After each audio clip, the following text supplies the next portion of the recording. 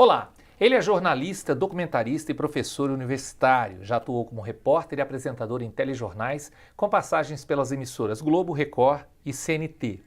Formado em jornalismo na Universidade Presbiteriana Mackenzie em 2004 e mestre em Educação, Arte e História da Cultura também pelo Mackenzie, atualmente é diretor artístico da produtora Segundas Histórias Filmes e professor de comunicação na FIAM.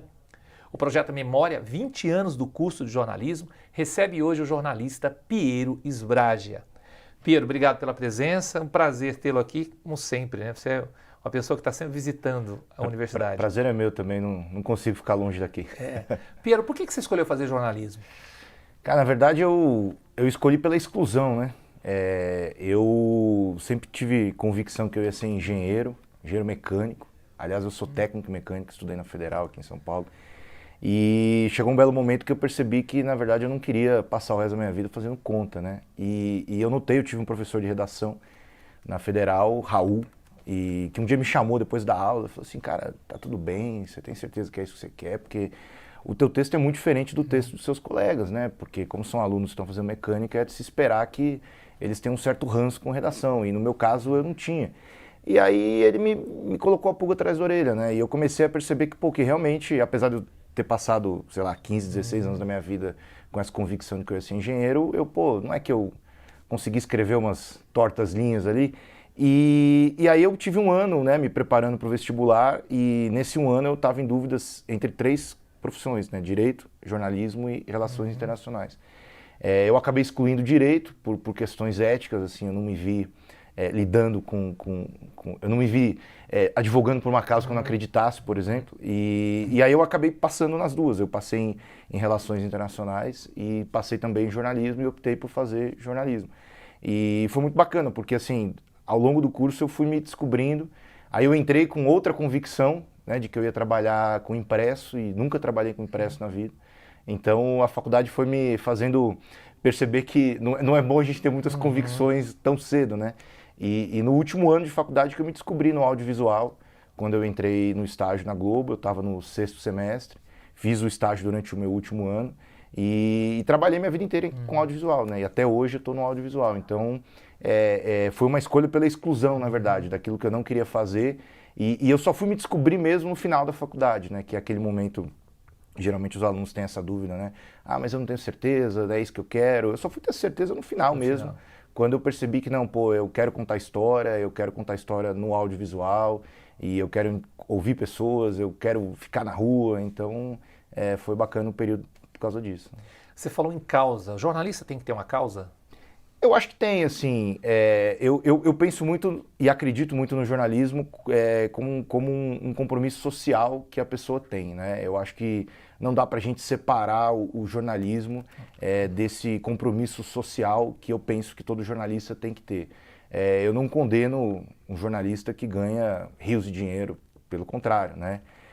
Eu acho que o jornalista, na verdade, ele tem que pensar pelo coletivo, né? O jornalista ele tem que pensar que ele está inserido dentro de um contexto social e que o trabalho dele como jornalista, ele fortalece a democracia, ele combate a desinformação, né? Eu não gosto muito de usar o termo fake news, porque se a news não é fake, né? Mas enfim, o jornalismo ele ajuda a fortalecer a democracia, ele combate a desinformação, e basicamente o jornalismo é a principal arma para a gente derrotar governos autoritários, totalitários. Então eu acho que sem jornalismo não há democracia, né? Por isso que o jornalista ele precisa ter esse compromisso social, independentemente de ideologia política, né? E eu sou meio cético em relação a essa imparcialidade do jornalista, né? Eu acho que o jornalista tem que ser isento, que é diferente de ser imparcial, mas ser imparcial é difícil, né? Nem um cachorro consegue ser imparcial com a gente, como é que a gente vai, como ser humano, conseguir ser imparcial com alguém, né? E qual o papel que a universidade exerce, qual o papel que a universidade exerceu na tua vida em relação a esses tópicos que você colocou? Olha, eu acho que especificamente o Mackenzie foi muito importante em relação à pluralidade, né? Que é uma palavra que hoje em dia está muito na moda, e às vezes a gente para pouco para pensar sobre o que é ser plural, né? E aqui eu tive professores de direita, de esquerda, de centro, professores que não se encaixavam em nenhum espectro político. Eu tive professores com diferentes vivências, tanto na vida pessoal quanto profissional, e que de certa maneira me puderam passar um leque de bagagem muito grande, né? Então eu acho que isso é muito bacana. Eu acho que a universidade, geralmente, ela precisa ser composta por professores de diferentes espectros da sociedade, né? Porque isso é muito importante para o aluno. Quando o aluno ele recebe uma informação apenas de uma via só, ele acaba muitas vezes se enviesando por alguma questão sem ter outros lados, né? Que na verdade não é o outro lado, são vários lados. Então eu acho que a importância da faculdade, a importância do Mackenzie para mim foi justamente por causa disso, né? Então eu acho que essa pluralidade que eu tive de professores com diferentes opiniões, com diferentes posicionamentos, isso me proporcionou poder escolher, na verdade, né? Eu acho que isso que é importante para o estudante universitário, ele perceber que a vida não é feita de verdades absolutas, né? Que ele precisa saber dosar e às vezes a gente precisa encontrar um caminho diferente daqueles paradigmas que se colocam para a gente, né? Então, o aluno formar essa opinião própria dele num ambiente plural, isso é muito importante. Você se formou em 2004, um período faz 15 anos, né? Para essa juventude, para quem está entrando agora, é praticamente uma história de vida, é muito tempo. E um período totalmente diferente da época de hoje. O jornalismo era diferente, inclusive a questão do diploma ainda era a questão obrigatória. Eu queria saber o que mudou nesses 15 anos, de 2004 até 2019, mas eu vou pedir para você responder isso no próximo bloco. Beleza. O Projeto Memória 20 anos do curso de jornalismo volta já.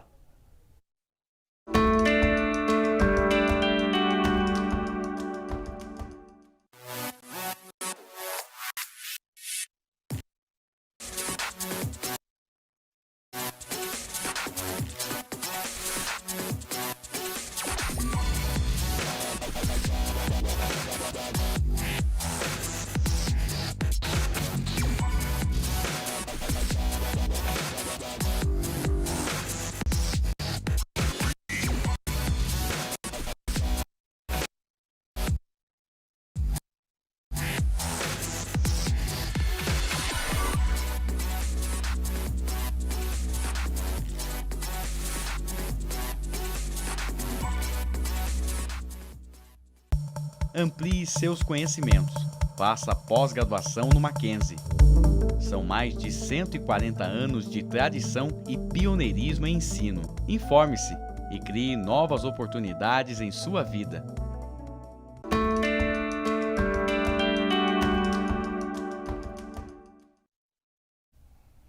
O Projeto Memória 20 anos do curso de jornalismo está de volta ao meu lado, Pires Braja, jornalista e ex-aluno do curso. Pedro, na pergunta que eu deixei aí no ar, falei da mudança. Você se formou em 2004, nós estamos em 2019, são 15 anos. Você se formou num período ainda que o diploma ainda era obrigatório para o exercício da profissão. O que mudou nesses 15 anos do jornalismo? Eu acho que a questão do diploma, principalmente, apesar dele não ser obrigatório, nenhuma grande empresa contrata um jornalista sem diploma, né? Eu sempre enxerguei essa questão do diploma muito mais para uma aceitação de quem já estava ali há muito tempo e não tinha diploma, mas quem está se inserindo no mercado, ninguém vai contratar um jovem de 20 anos que não tenha diploma de jornalismo para trabalhar com jornalismo, nas grandes emissoras, nas grandes redações de rádio, de impresso. Agora, eu acho que, não sei, nesses 15 anos... o que eu penso que talvez seja o mais difícil hoje para o jornalista, que não havia na época que eu me formei, é essa questão da gente hoje, além de ter que ter um compromisso com a veracidade, com a factualidade, a gente também precisa provar para as pessoas que o que a gente está falando tem credibilidade, né? Eu penso que esse momento em que a gente vive no Brasil, nos Estados Unidos, em muitos lugares do mundo, de governos sem um compromisso necessariamente com a democracia, a gente precisa o tempo inteiro estar mostrando para as pessoas que, pô, pera lá, o que o tiozão do pavê fala no grupo de WhatsApp não tem credibilidade nenhuma. Então eu penso que hoje o jornalista ele tem essa dupla tarefa, né? De além de reportar, ele precisa falar, não, pera lá, aquilo lá é mentira. Então a gente está fazendo um trabalho em dobro, né? Coisa que em 2004 não havia, né? Eu acho que hoje, quando a gente pega governos que questionam a credibilidade de um trabalho jornalístico, é um troço meio delicado, né? Porque, claro, tem maus jornalistas? Tem, assim como tem maus pedreiros, médicos, existem bons e maus profissionais em qualquer área, mas eu penso que o jornalismo ele não pode ser descreditado, né? Porque quando a gente não acredita no jornalismo, a gente vai passar a acreditar no tiozão do pavê do WhatsApp, né? E aí a gente já sabe o que pode acontecer em função disso, né? Você passou praticamente por audiovisual, você sempre fez audiovisual desde a sua saída da universidade. Por que você não escolheu o cinema, já que você é um apaixonado pelo cinema? Pois é, eu acabei escolhendo cinema depois de um tempo, né? Eu sempre gostei de cinema e eu acho que talvez eu me encontrei no audiovisual muito em função disso, porque eu tinha uma bagagem de filme muito grande. Eu fui estudar cinema em 2013, né, quando eu tinha quase 10 anos de formado em jornalismo, e aí eu fiz uma especialização em cinema documentário e foi num período de transição da minha carreira, né? Eu me aposentei das redações em TV em 2013 e foi quando eu migrei e foi quando eu abri a minha produtora, comecei a dar aula. Então hoje eu trabalho muito mais diretamente com cinema documentário. Faço alguns trabalhos aqui e ali em redações de TV, mas o meu foco hoje é o documentário, que é onde eu vejo que, na verdade, é uma maneira da gente até conseguir contar histórias com mais credibilidade, com mais tempo de produção, né? Então eu acabei entrando tarde, né, no cinema muito em função disso, né? E aquela loucura de redação, né? Então trabalhar em TV é muito desgastante, então eu trabalho feriado, trabalho fim de semana, eu nunca tive tempo, na verdade, para parar, pensar e falar, pô, eu preciso estudar cinema, preciso começar a trabalhar com isso. Quando eu tive esse tempo, aí foi quando eu tomei essa decisão, né, de deixar um pouco de lado a TV para me dedicar mais ao cinema. Você também é professor universitário, conforme eu falei na abertura. Qual é o papel hoje que a faculdade exerce na formação do jornalista, pensando nesse mundo super conectado? Sim. Eu acho que o principal papel que a universidade tem que ter hoje é primeiro saber ouvir o aluno, né? Eu acho que a gente vive um momento em que estamos perdendo essa habilidade de ouvir as pessoas. Então, ouvir é muito importante para o jornalista. Eu acho que o professor, a universidade, eles precisam, de uma maneira geral, passar a falar menos e ouvir mais, né? Eu e você, nós somos de uma geração em que os professores depositavam conhecimento, né? Aquela coisa que o Paulo Freire tanto criticava, né?